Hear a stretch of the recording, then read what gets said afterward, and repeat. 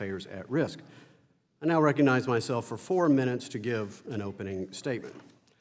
September 6, 2008 is a day that will live on in economic infamy, for today marks the not-so-happy anniversary of one of the most frustrating and costly moments in recent financial history, namely the 10-year anniversary of the federal takeover of the failed housing government-sponsored enterprises Fannie Mae and Freddie Mac. The GSE's anti-competitive government charters and ever-increasing affordable housing mandates created a toxic mess of systemic risk. Their collapse directly led to the second worst financial crisis in our history, causing more than $190 billion of taxpayer bailouts and forcing them into a government-run conservatorship. Embarrassingly, 10 years later, the GSEs remain in conservatorship, very much alive and very much unreformed, as they quietly return to their pre-crisis market dominance.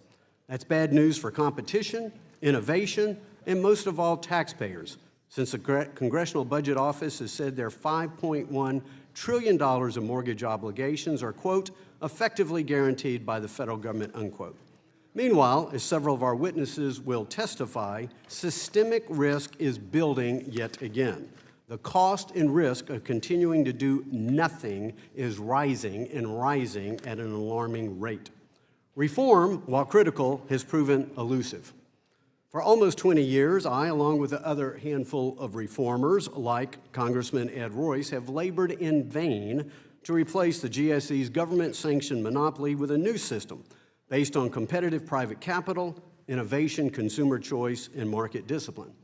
We passed the PATH Act in the 113th Congress to do just that. I am reintroducing the PATH Act this week, if for no other reason, it is the right thing to do and it will let me sleep better at night. Regrettably, its chances for passage remain slim.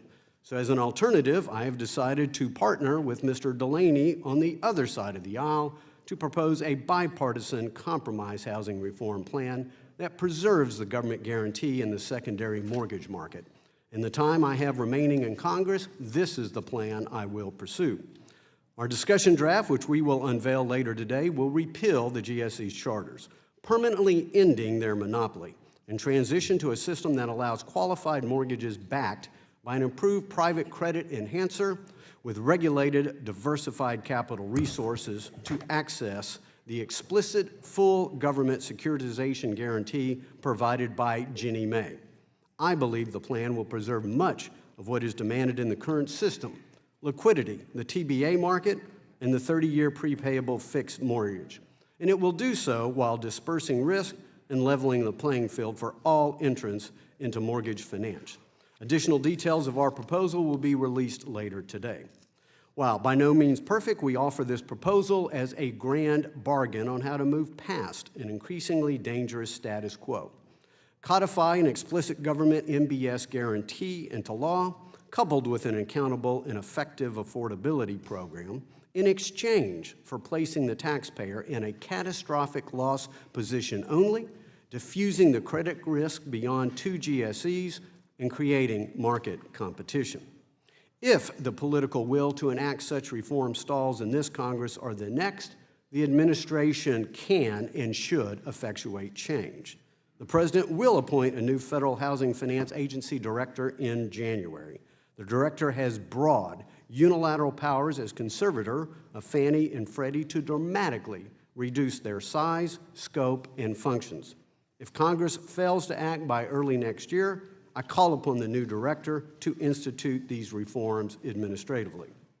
The grand bargain I have described does not necessarily represent my preferred policy or optimal policy, but I believe it represents an achievable policy and a good faith effort at bipartisan compromise. A decade without GSE reform has once again put homeowners, taxpayers, and the economy at risk. The time to act is now. With apologies to the Rolling Stones, you can't always get what you want, but if you try sometime, you just might find you get what you need to avert the next housing crisis. I now call upon the ranking member. I yield her 3